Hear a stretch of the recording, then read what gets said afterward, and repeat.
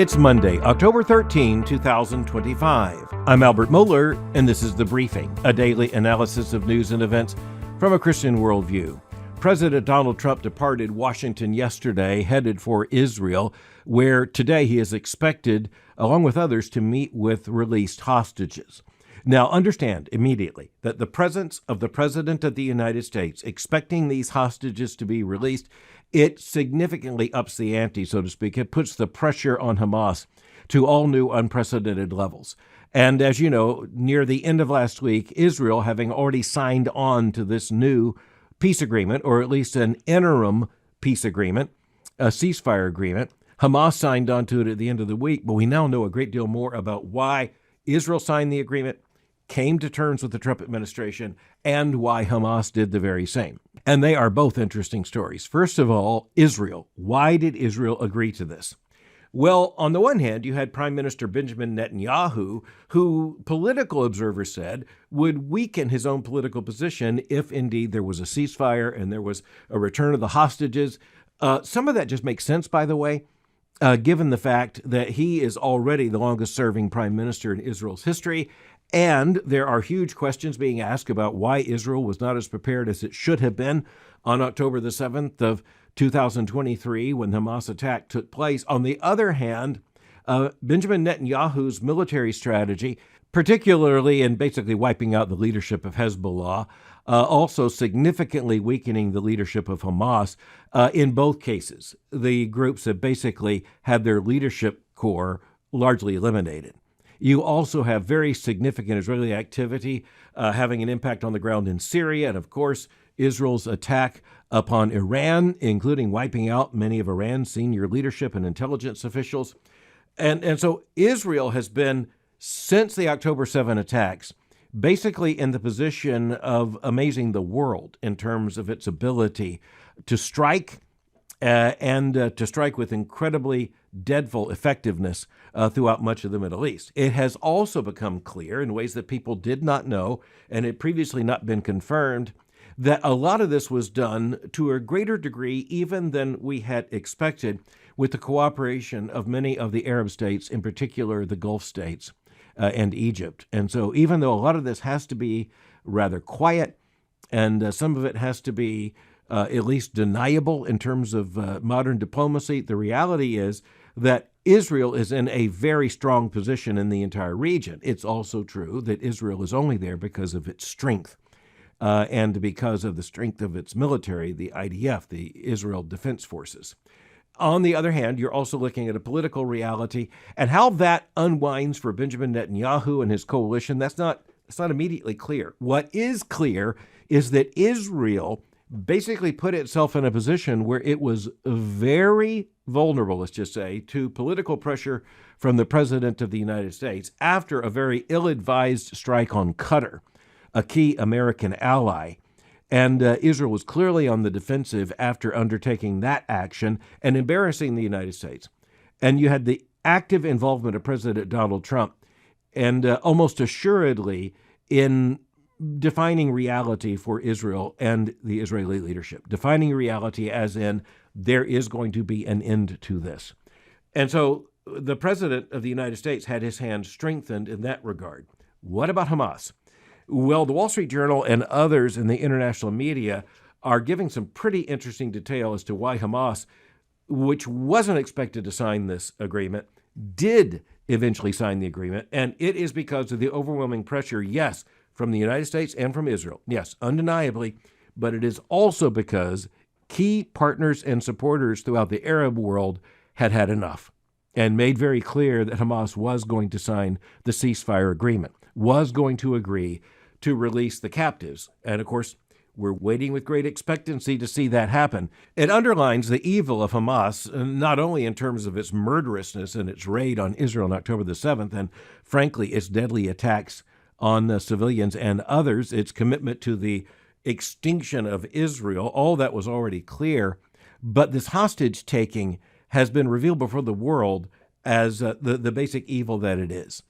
And Hamas had run out of support. Now, there is, at this point, no agreed upon structure for where exactly to go from here. But the reality is that it is a massive diplomatic achievement. It is unprecedented in terms of recent history there in the Middle East.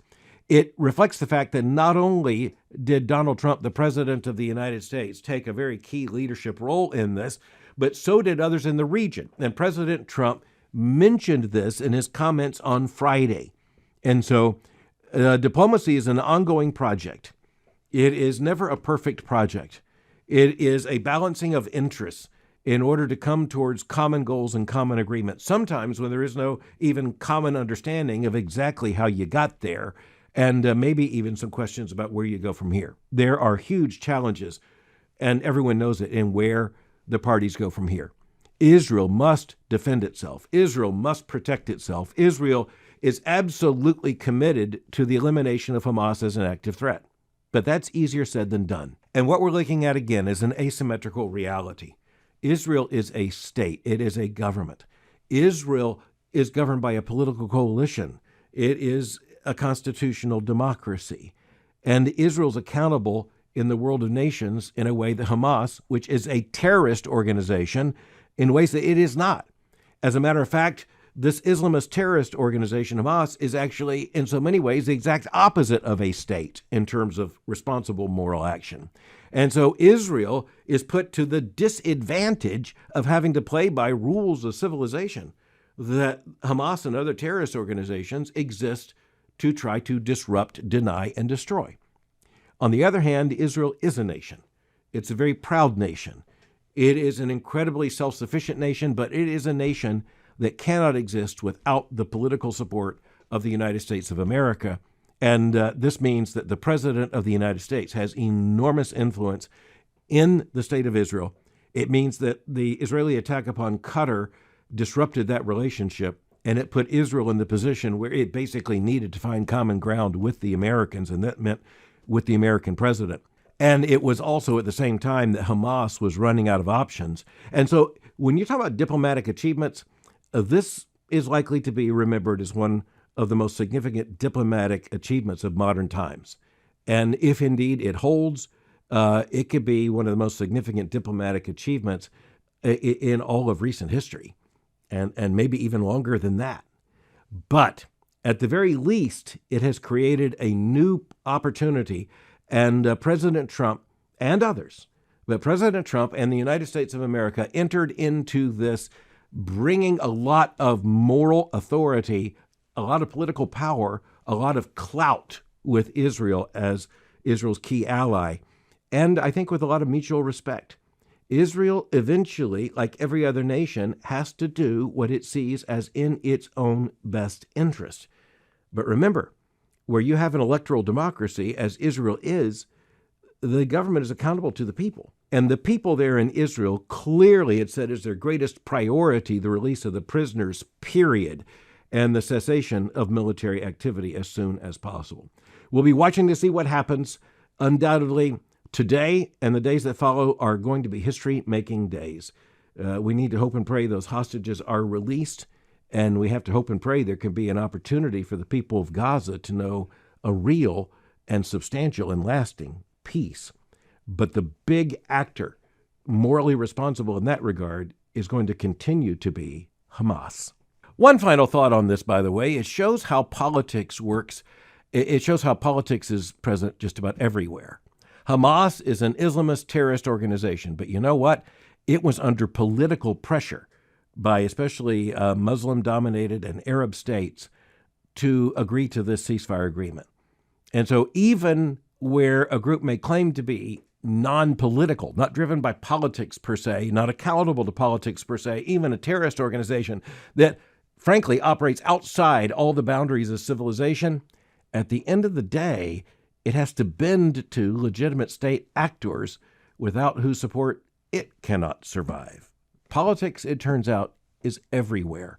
It's a phenomenon of human existence, whether it is named as that or not. All right, let's come back to the United States. A couple of developments that I think are of particular interest to Christians. Christians are going to be interested in these issues, and Christians are going to understand these issues at a far deeper level than others. Our commitments are far deeper than others coming to the same situation. So let's just start with a report In the Washington Examiner, Conn Carroll is the author of this report. The headline is "The Married with Children Party versus the Single-and-Childless Party."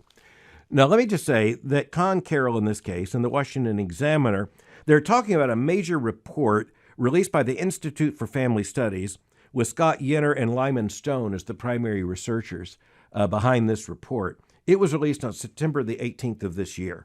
Following up on that, Conn Carroll offers a very insightful summary, and I love the headline, "The Married with Children Party," that means political party, that means the Republicans, versus the Single-and-Childless Party, and of course that means the Democrats. This is how Carroll begins his article, quote, "More than any other issue, family formation is fast becoming the defining factor between Democrats and Republicans. As an Institute for Family Studies report recently showed, the higher the support for President Donald Trump in any one county, the higher the fertility rate was likely to be in that county," end quote. Now, we've talked about this before. As a matter of fact, we talked about it in terms of a gubernatorial election in Virginia that took place less than a decade ago.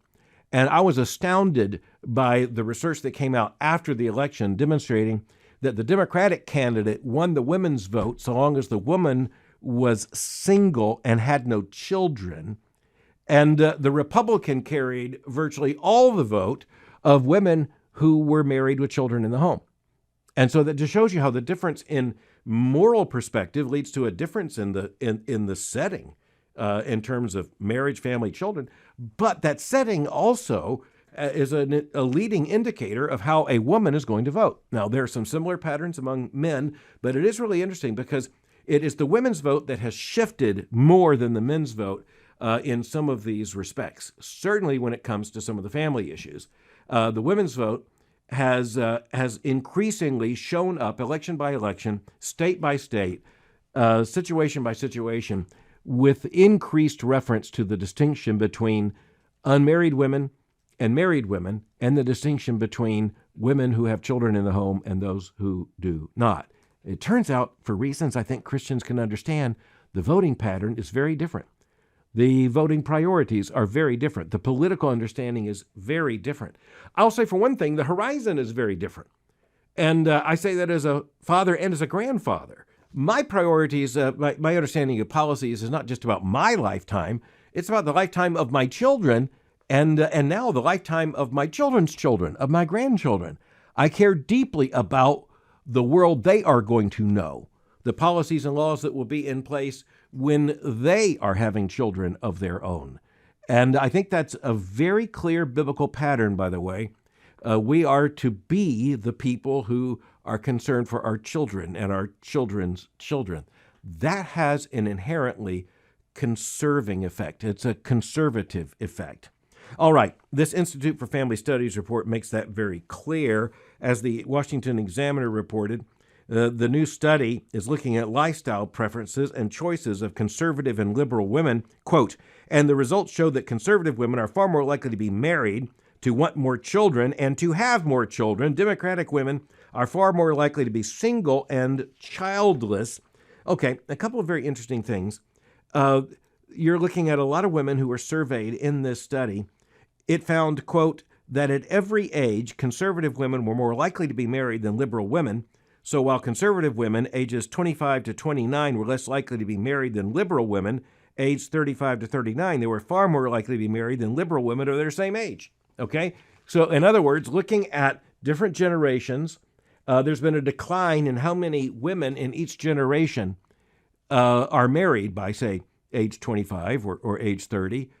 But in every one of those cohorts, there's a very clear distinction between liberal and conservative women. When it comes to children, not only are the conservative women more likely to be married, they are more likely to have multiple children. And so at one point, we're reminded that the replacement rate is 2.1. Many conservative women report at least 2.4 and say they want more children. The fact is that a lot of the liberal women actually express the desire for children, but that's separated from being married and frankly, making children a life priority. In other words, actually having children or being in the context to have children. The end of the article in the Washington Examiner is a little snarky, but I think you'll want to hear it. The last line is this quote, "In other words, while Republicans are making babies, Democrats are just making brunch plans." Okay, I said it's a little snarky. That's a generalization, and in some cases it's going to be unfair. But you know what? I have looked in depth at the actual report from the Institute for Family Studies, and it's not wrong. It's just not wrong. The partisan distinction is astounding. But, there's something behind this that I find even more interesting at one level, and that is the fact that, you've got to put age issues in this kind of study. In other words, when you talk about a woman's reproductive life, you're talking about something that is physiologically timed. And so, to put it bluntly, a woman who is in her 40s is likely to find it more difficult to get pregnant and to have children than when she was in her 20s. So the interesting thing you have to overlay in this is the age in which the women who do get married.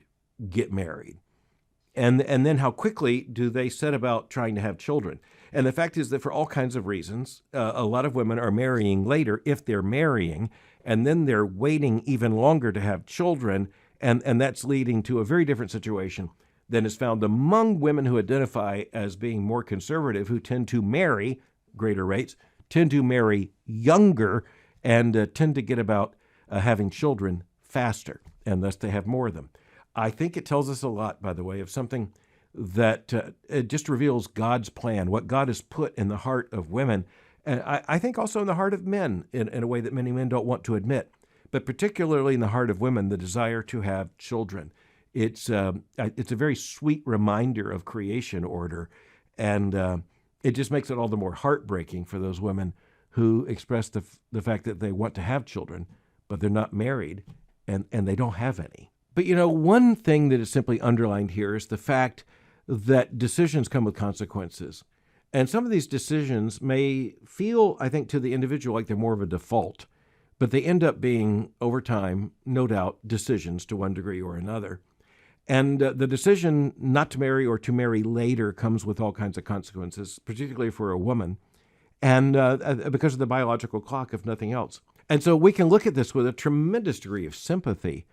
And I think we certainly should look at this kind of development with a lot of sympathy for all involved. But the fact is that some things are very difficult to undo and to overcome. And I think it's very sad that a lot of people, and in particular, men too, yes, but a lot of women find themselves at a certain point in life and they realize they don't have a husband and they don't have children. They're not going to have grandchildren. And it's a very different picture.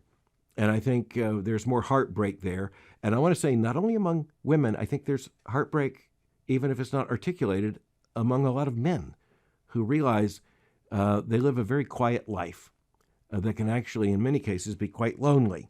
Of course, this raises an opportunity for the Christian church. And I want to put on the table of our concerns an article that appeared over the weekend in the Washington Post, because this one is truly heartbreaking. And I think it just underlines God's plan and creation order for the family, but it also affirms a great opportunity for Christians in ministry and in friendship. The Washington Post headline is, "An age-old fear grows more common. I'm going to die alone." The subhead in the Washington Post, this was released Saturday, says, quote, "As families fracture, people are living longer and more are likely to find themselves without close relatives or friends at the end of their lives."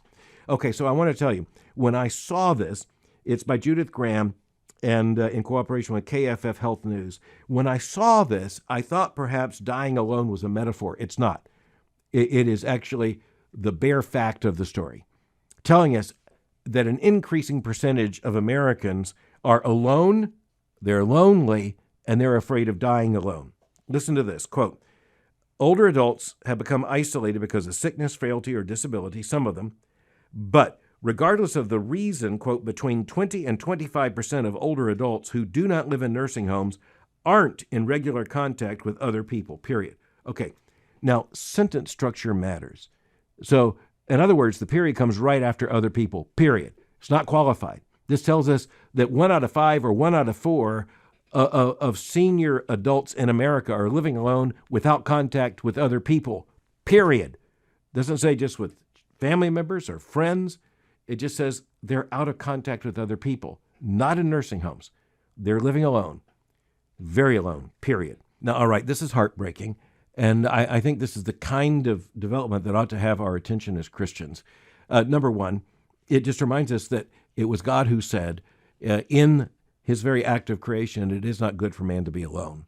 We are not meant to be solitary creatures. One statistic I love to talk about, and as a husband, I understand this fully. Men who are married live longer than men who are not.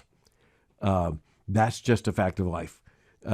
Men go to the doctor because their wives tell them they got to go to the doctor, and the wife probably makes the appointment as well. She's the one who's making certain that you're doing what you're supposed to do and you're taking the medicines. Men left alone, I'm not saying this is universally true, I'm just saying that men left alone, they live shorter lives than men who are married, period. Now, there are men who are in that situation, just like women who are in that situation. That's not where they expected to be, but that's where they are. But the sad thing in this article is that a lot of these people who are described in this article, they're not surprised to find themselves alone. They didn't marry. They are isolated from their families, and they basically are just now alone. But they also don't have a friend structure. And I think that's what's shocking to many of us. Okay, so let's just say there's a theological alarm going off here. Creation order matters. We know that. But let's just go in a broken world to the compassionate understanding that there are people who are just incredibly, crushingly alone in this world. And there are people who are very afraid. As a matter of fact, this article cites an astounding number of Americans 55 or older who are afraid of dying alone. The Post tells us, quote, more than 15 million people 55 or older don't have a spouse or biological children. Nearly 2 million have no family members at all. At all. Again, period. Now, I think this is an urgent issue for the church's attention. If no one else in the world takes this seriously, the Church of the Lord Jesus Christ should take this seriously. It is an enormously sad development, but it is also something that local congregations, evangelical congregations, need to keep in mind. First of all, let's just make certain that there's no one in our congregation who is alone, without friends, and is afraid of dying alone. That's at least a part of what it should mean to be a part of the body of Christ in a gospel congregation. And once again, by the way, even if you don't know anything about theology, you do know that people who are actively involved in church live longer than those who don't. And it's also because of the fellowship, the friend structure, the love, the fellowship of the local church. And, I think the greatest thing that we should fear here is that there are people, perhaps even all around us, maybe even living on the same street, who are crushingly lonely. They have no one in this world. We're told that 1 out of 5 to 1 out of 4 adults age 55 and older just have no basic relationship structure at all. Some of that is due to their life choices, no doubt about it. But that doesn't mean we shouldn't care, and it doesn't mean the church doesn't face a real opportunity here. And so I just want to say I don't have a program to propose. I do have a moral cause to put before you. And it does remind us of the preciousness of family. It makes me all the more thankful to be a part of a family, all the more thankful to be married, all the more thankful to be a father and a grandfather and an uncle, and all the more thankful to have friends and a support structure, extended kin, and just the privilege of being around people who I deeply care about and who care about me, whom I love and who love me, in so many different contexts. I am brokenhearted to think of people who are so alone, they are practically afraid of dying alone. The Washington Post report tells of some of these senior adults, older adults, so they're not all defined as elderly. Again, 55 and older. Some of them are just coming up with funeral plans to just take care of whatever might happen after they die. And the big question is, who would even come to their funeral? We can't solve this problem sociologically. We can't solve this problem just by some kind of concerted program. But, the Church of the Lord Jesus Christ should be concerned about this, especially when we understand that the numbers are so large, undoubtedly includes people we pass or whose homes we pass just about every day. I'm going to end today in a very strange place. I'm going to talk about Dennis the Menace and Mr. Wilson. The old story of Dennis the Menace, the cartoon strip, and then the black and white TV program, and then the movie came up in a conversation the other day, and I realized they really don't know anything about Dennis the Menace. About 10, 11, 12-year-old boy who's up to a lot of mischief. He has his buddy Tommy. They get into mischief together, and his nemesis is an older man, an older couple that lives nearby. The man is Mr. Wilson. Married, of course, to Mrs. Wilson. Mrs. Wilson's kind of a kindly figure. Mr. Wilson is an old curmudgeon. He was so in the cartoon strip. He was so in the black and white TV series from the 50s. He was so in the movies. But here's the deal. He is disappointed any day that he doesn't see Dennis the Menace. His day is frustrated if he doesn't have to deal with Dennis the Menace. He may appear to be grouchy and irritable, but the fact is Dennis the Menace and Mr. Wilson need each other. And seen rightly, there in that little neighborhood, depicted in a very different America, in a stable suburban neighborhood. Still, the fact that Mr. Wilson has Dennis the Menace makes a big difference, not only to Mr. Wilson, but I assure you, to Dennis the Menace, who no doubt was a little less a menace precisely because of Mr. Wilson. All right, we have to come to an end, and if you have no idea who Dennis the Menace is, your assignment is to find out. Thanks for listening to The Briefing. For more information, go to my website at albertmohler.com. You can follow me on X or Twitter by going to x.com/Albert Mohler. For information on the Southern Baptist Theological Seminary, go to sbts.edu. For information on Boyce College, just go to boycecollege.com. I'll meet you again tomorrow for The Briefing.